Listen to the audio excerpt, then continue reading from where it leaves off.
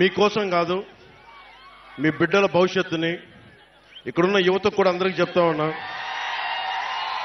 మీ భవిష్యత్తు ఇది, నా భవిష్యత్తు కాదు ఇది. నేను ఓటమికి గురైనా నిలబడే ఉన్నా. నాకు రిలీజ్ సోదరుల కష్టాలు తెలుసు, మత్స్యకార సోదరుల కష్టాలు తెలుసు, చేనేత కార్మికుల కష్టాలు తెలుసు, రైతాంగం కష్టాలు తెలుసు. కౌలు రైతు ఏడిస్తే మీరు ఆనందంగా చూసిన సినిమాల నుంచి డబ్బులు తీసుకెళ్లి మరి కౌలు రైతులకు ఇచ్చిన వాడిని. మన రైతాంగం కోసం నేను నిలబడినా.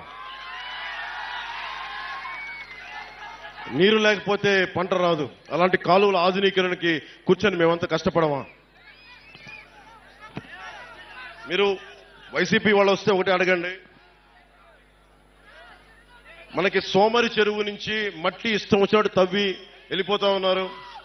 జల్లూరు, తాటిపత్రి, చేబ్రోలు చెరువుల నుంచి మట్టి మొత్తం తవ్వేశారు.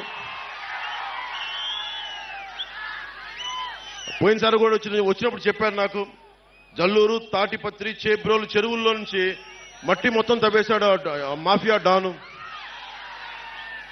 ఫ్రీగా తవ్వేసుకొని 6,000 రూపాయల ట్రిప్కి దోచేస్తా ఉన్నారు. పక్క నియోజకవర్గాల నుంచి గ్రావెల్ తెచ్చుకోవాలంటే మనం వాళ్ళ కమిషన్ కట్టాల్సిన పరిస్థితి. మన మట్టేమో ఉచితంగా తీసుకెళ్లిపోతున్నారు, మనకి గ్రావెల్ కావాలంటే కమిషన్ కట్టాల్సిన పరిస్థితి. ముఖ్యంగా కొత్తపల్లి ప్రాంతానికి సంబంధించి బొండు ఇసుక చాలా విలువైంది. అలాంటి ఇసుకని అక్రమంగా తవ్వించి తరలించేశారు.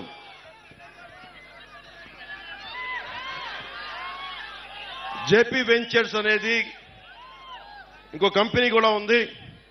జేపీ వెంచర్స్, ఇంకొకళ్ళు వైసీపీ కంపెనీ ఉంది. అది కూడా కాకినాడ ఎంపీగా నిలబడుతున్న వ్యక్తి కంపెనీ అనుకుంటా. అది కూడా పేరు చెప్పట్లేదు, బాధపడతారని.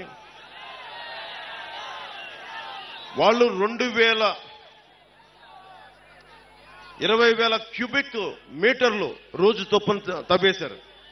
దాదాపు 5 లక్షల క్యూబిక్ మీటర్ల చొప్పున రోజుకి తవ్వేశారు. అంటే ఏం జరుగుతుందో దీనివల్ల మీకు చెప్పడానికి, ఇసుక తవ్వేటప్పుడు డ్రెడ్జింగ్ మెషినరీ వాడకూడదు. చాలా నిబంధనలతోటి, నియమాలతోటి తవ్వాలి. వాటిని దాటేశారు. సో వీటన్నిటిని దృష్టిలో పెట్టుకొని నష్టం మీరే పోతారు. మీ చెరువుల్లో మట్టి పోయినా, మీ తీర ప్రాంతానికి కోత కలిగినా, వీళ్ళు చేసే అక్రమ ఇసుక రవాణా మీ జీవితాలను ఛిద్రం చేసేస్తుంది. చెరువు మొన్నదాకా 2 అడుగులు లోతు అనుకుంది అని చెప్పి మన సముద్రంలోకి వెళ్తే సడన్ గా లోపలికి పోతే 10 అడుగులు మట్టి, ఇంకా 20 అడుగులు ఉంది. మునిగిపోయి చచ్చిపోతా ఉన్నారు ప్రజలందరూ. దీన్ని దృష్టిలో పెట్టుకోండి.